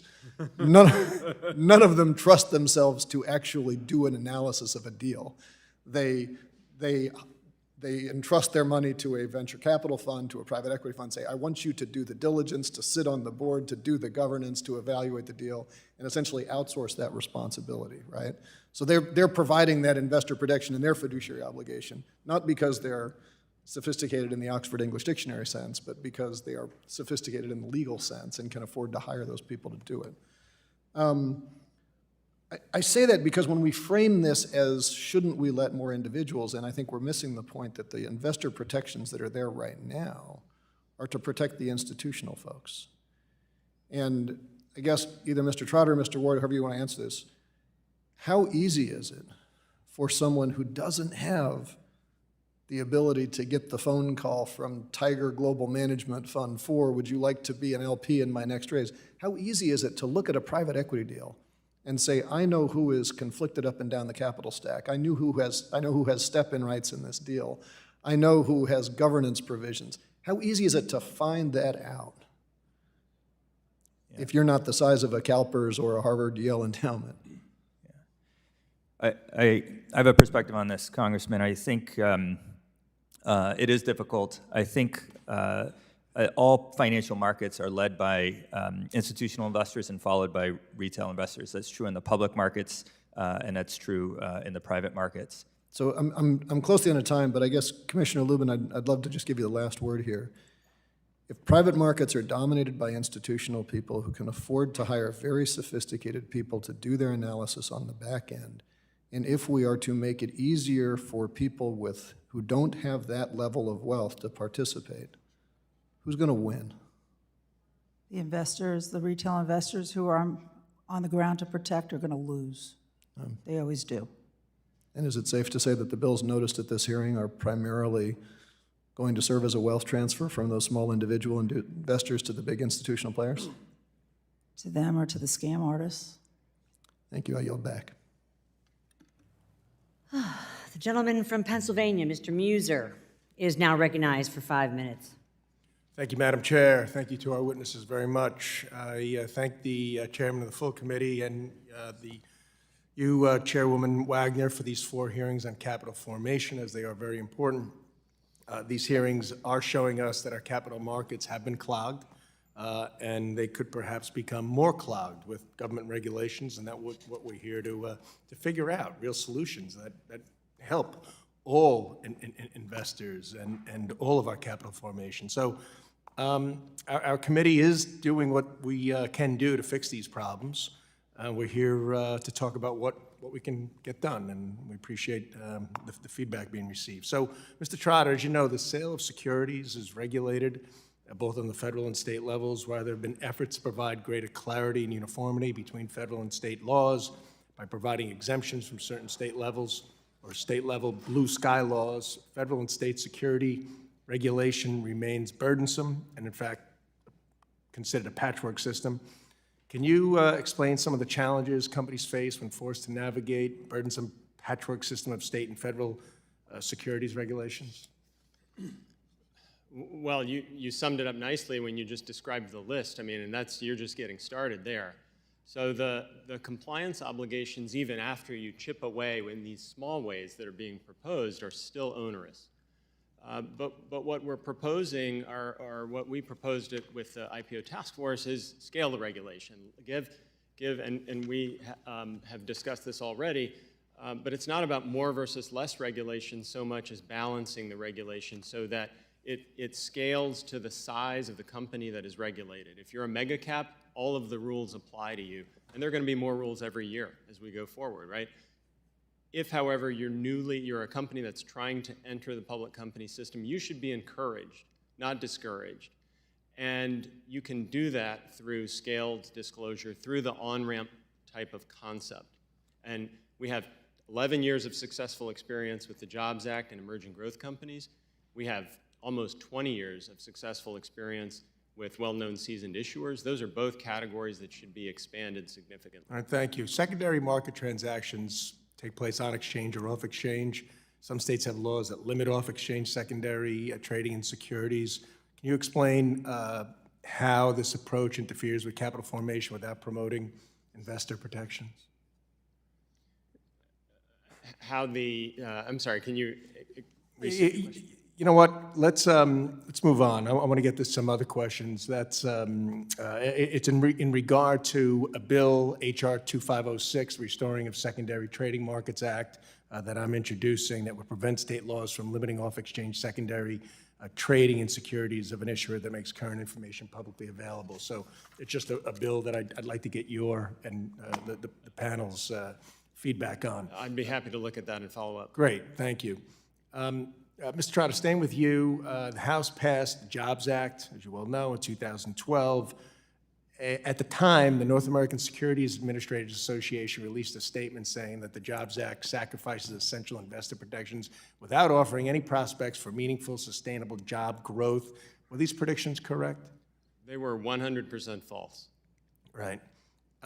So in your view, has there been weakening of investor protections or an increase in fraud that since the Jobs Act was passed? No, because the liability provisions of the federal securities laws remained unchanged from the Jobs Act, as well as all of the provisions that you're looking at today.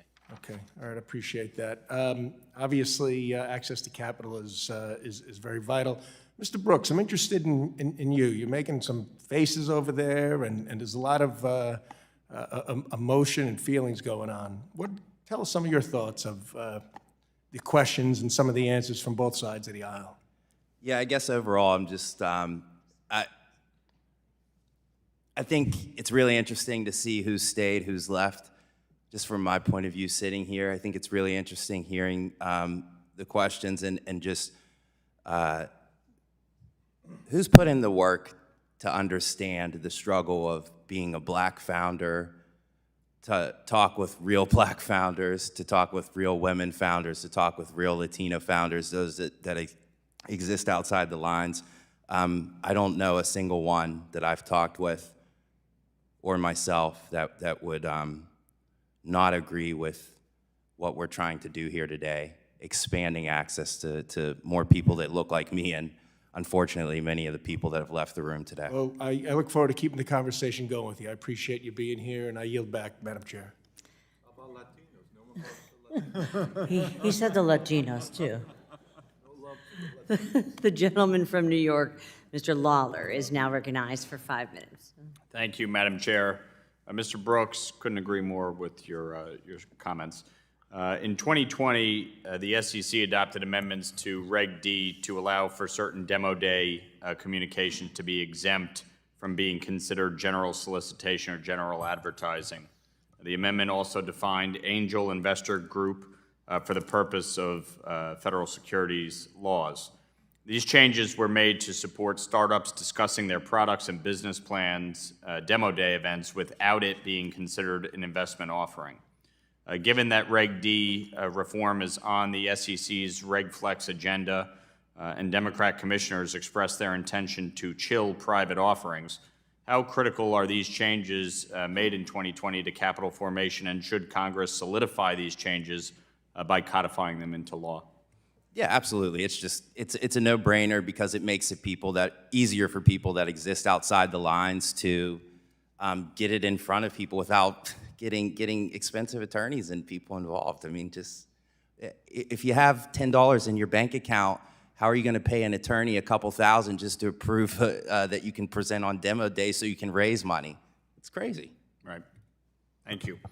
Mr. Ward, as you know, Regulation A enables companies to sell securities to the public with limited disclosure requirements compared to public companies.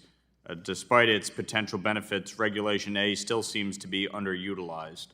How would amendments to Regulation A help small businesses raise capital? I think Reg A, and I'll also include Regulation CF, are two great ways for companies to start their journey of raising initial capital. The two things I worry about in Reg A and Reg CF is creating two paths for companies, a Reg D path and a Reg A path. I think it creates issues around adverse selection bias and picking which path they should take. What I'd be supportive of is a way to merge Reg CF, Reg A with Reg D, so that Reg CF, Reg A could be a way to jumpstart companies in their local communities to raise their initial seed capital, and then they move on to Reg D status to start raising more institutional capital over time. Would companies benefit from Regulation A if Congress raised the offering cap? I think companies may benefit from that. I think it will benefit the larger, higher scale companies, but I still think there needs to be a path to Reg D. The amount of money most companies need these days to get to an IPO far exceed the current Reg A limits. Appreciate that. Mr. Ward, there's currently no suitable regulatory framework for finders who, incidental to their primary business, help match potential investors with private issuers and receive payment for successful introductions. Today, finders are treated as broker-dealers due to the mishmash of SEC staff interpretations and no action letters. Is this a problematic framework for those seeking to make connections between investors and private companies seeking capital? I think so. Today, the way that finders work in practice to circumvent the broker-dealer rule is they're usually anointed as advisors and given equity in the company to help the company. It's unclear if advisors will be a big part of the ecosystem.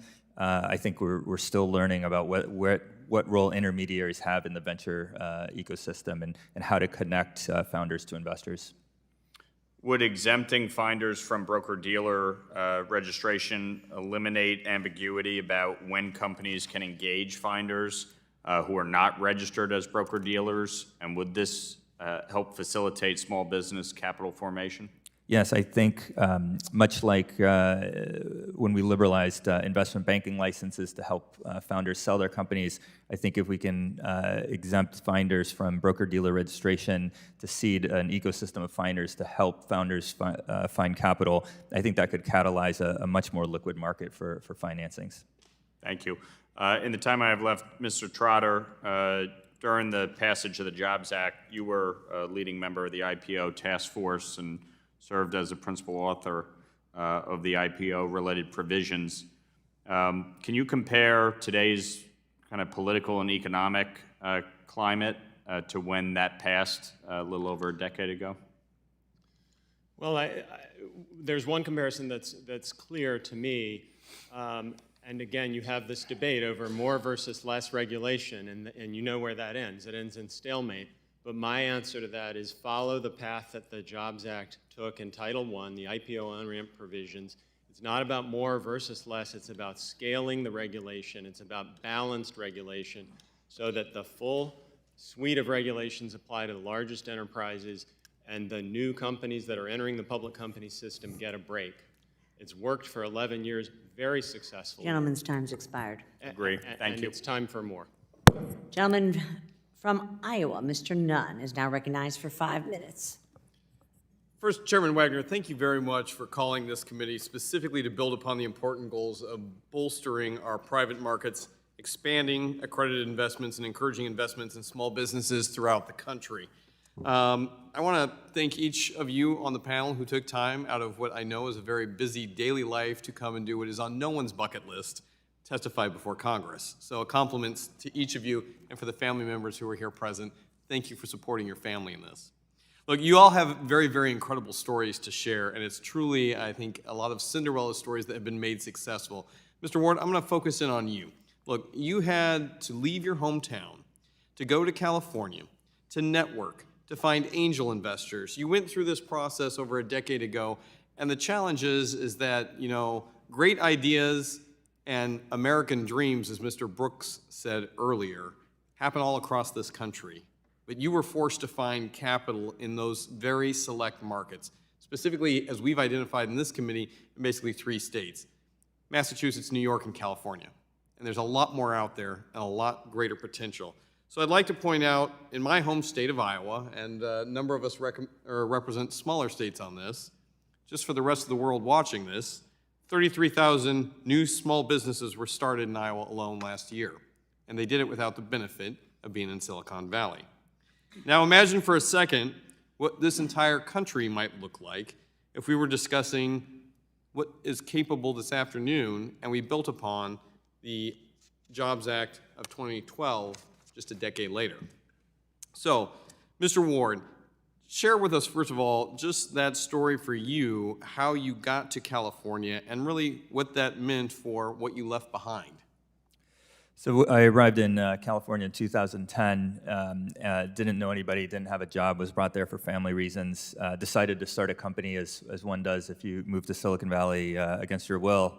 And part of that process was trying to meet other founders, trying to meet other investors. The rule back then, which hasn't changed today, is if you want to get an investor, you have to find an introduction to an investor, you have to meet that investor personally, and it was months and months of just networking and finding people. That hasn't changed today. If you're someone who's not in California in the thick of it, it's extremely hard to do. If you're in Iowa, it might even be impossible. I think the path to creating an on-ramp for founders in different geographies and regions is to create strong, robust emerging managers and angel networks in those regions. And we're starting to see this happen in different hubs like Nashville, Austin, Texas, Atlanta, Georgia, and there's no reason why we can't do that in places like Iowa as well. So let me ask then, you've seen this landscape change dramatically just in the last decade.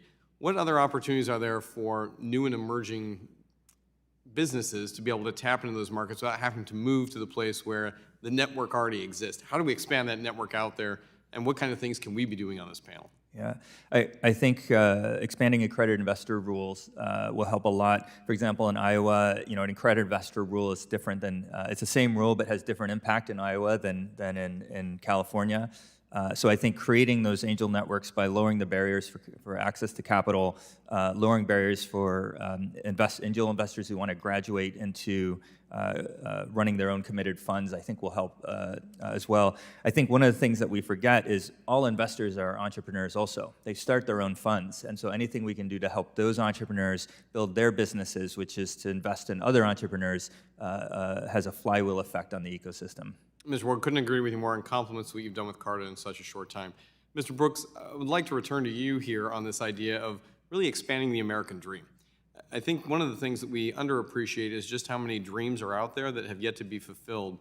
Perhaps you could give us just a little bit of perspective as a father of 5 daughters, one who's biracial. How have you guys managed this, and what are we leaving off the table that we could really grow? Just more access, more opportunities, and it's really so simple. I mean, it's a fantastic place to be. It was on my bucket list, so I'm crossing that off today. Thank you. But it's so simple, and it's creating more opportunities. That's it. This expanding accredited investors creates more opportunities for people to invest. Yeah, you're going to get some wrong, but guess what? I can go to the craps table and hop the yo as many times as I want, but I can't sit here and invest in a great company that my friend is starting that I know will be fantastic, but the rich, wealthy, elite class, white male mostly, that lives in Silicon Valley can go and invest in my friend and become a multi-billionaire maybe because of it, while I sit here in the same position. Thank you, Mr. Brooks. I'd say always bet on the heartland. You may find itself very surprised. With that, I yield my time. Hear, hear, says a gentlewoman from Missouri. Now, I recognize the gentleman from Texas, Mr. Sessions, for 5 minutes. Madam Chairman, thank you very much. And let me say, as our colleague, Mr. Vargas, said, thank you for having not only a subcommittee hearing that is seemingly bipartisan, but also for your leadership, Mr. Vargas, for taking time to stick around to hear all of this great information. It proves in about how we do need a better roadmap for this integrity. I would like to ask you all, because I have been working with the SEC. We've spent a lot of time in here worrying about rules, regulations, investor rules, all those kinds of things. But I find that the Securities and Exchange Commission is a huge hindrance to the effectiveness of IPOs becoming capable of what they want to do. I engaged the chairman and the entire SEC last year, found them that they were asleep at the switch, did not come to work, gave conflicting information to the investor, weren't willing to stand behind it, and then held it against the investor when their own lawyers were quoted to the department. The SEC chairman point blank told me that he was not going to respond back to a request that was made by an IPO investor when they intentionally provided all of the information that they thought they needed to provide, and were 7 or 8 months later said, no, we're not going to even respond back. We won't respond back to you, and we're not going to respond back to them. Tell me about the SEC as being a hindrance to effectively people building this wealth and wealth creation off IPOs because of their oversight, blunders, and inattention to capital formation. Anyone? Okay, well, I guess I'll continue on then, since no one has any direct information. I find that we need, as I spoke to the chairman about yesterday, a process whereby the SEC would be able to recognize that they are not being forthright about solving problems, that when investors have problems as they move forward, if you can get in trouble, you ought to be able to get out of trouble.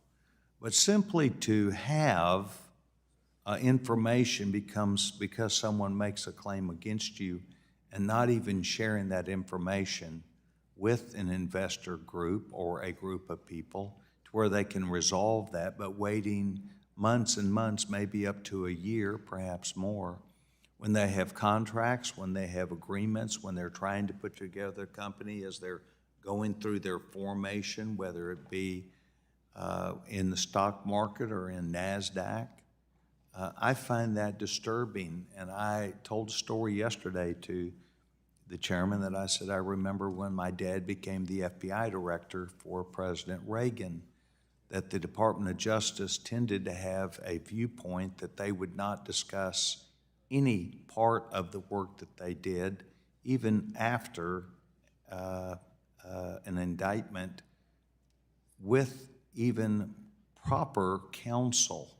And he changed that. He decided that proper counsel that does exist in this company, lawyers who were beholden to a bar, to a court that could, for any ethical challenges or mismanagement or things that took place where they did not properly take that information and work for resolution, could be held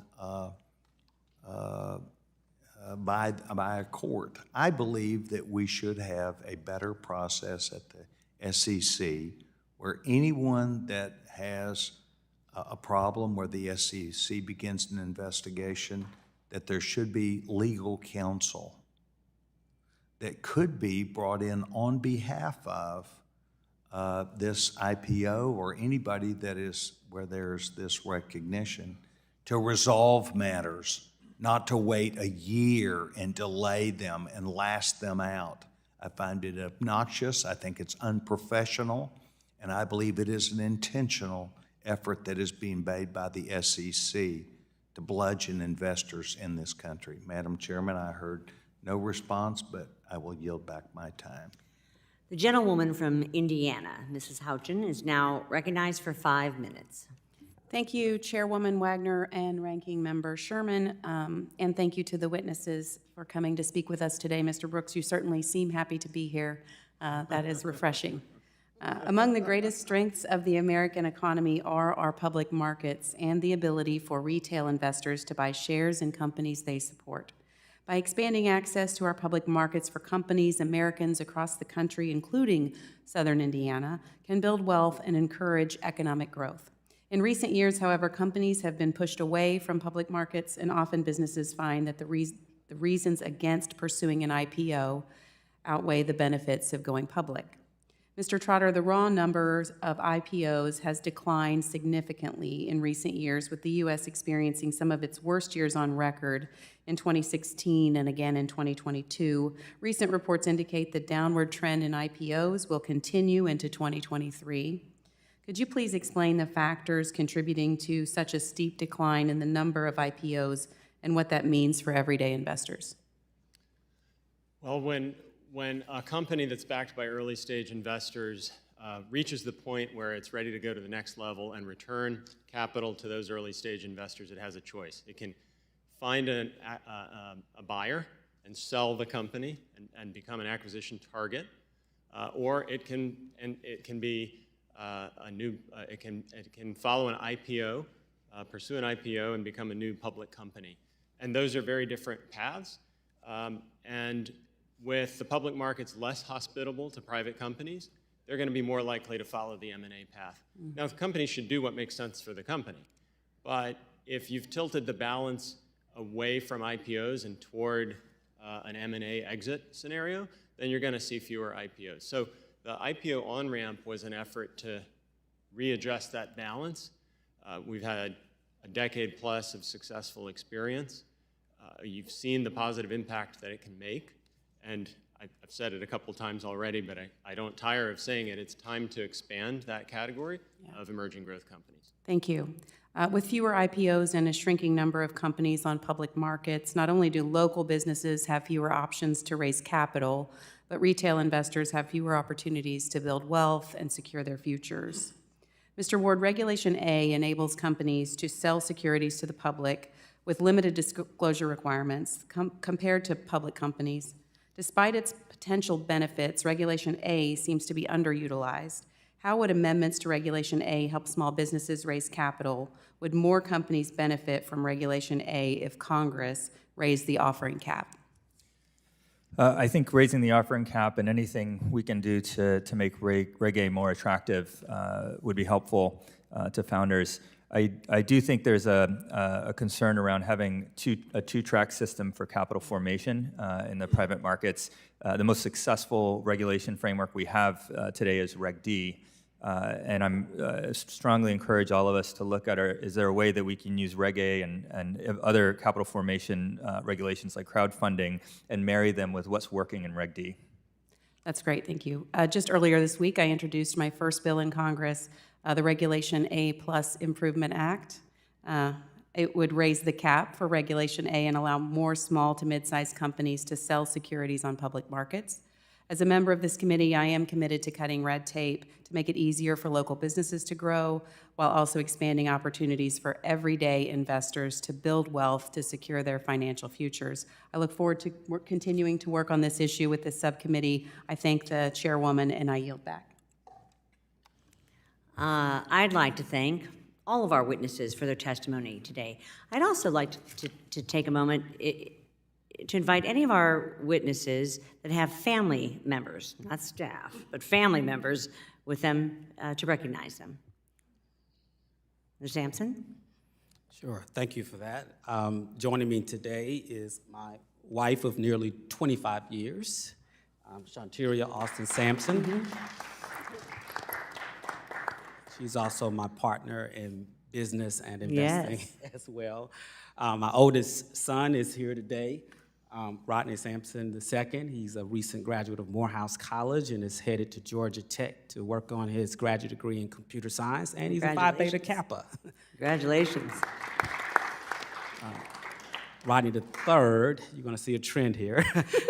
Rodney III is a junior at Morehouse College as well and just secured his first summer internship at Harvard Business Publishing. Wonderful. Rodney IV just turned 17 and is a freshman at Morris Brown College as well. He's also a software engineer and a gamer as well, so we're really excited about him. Good. Rodney V is here as well. And of course, we have Sophia, our youngest. At last, thank heavens. Oh, our oldest daughter couldn't make it. She's a graduate of Spelman, Phi Beta Kappa, is working on her PhD at UPenn in computer science. Wow, congratulations to Thank you you. and your wonderful family, and to your wonderful wife who's also partnering with you in business. It's heartwarming to see, so thank you. Without objection, all members will have 5 legislative days within which to submit additional written questions for the witnesses to the chair, which will be forwarded to the witnesses for their response. I ask our witnesses to please respond as promptly as you are able. This hearing is now adjourned.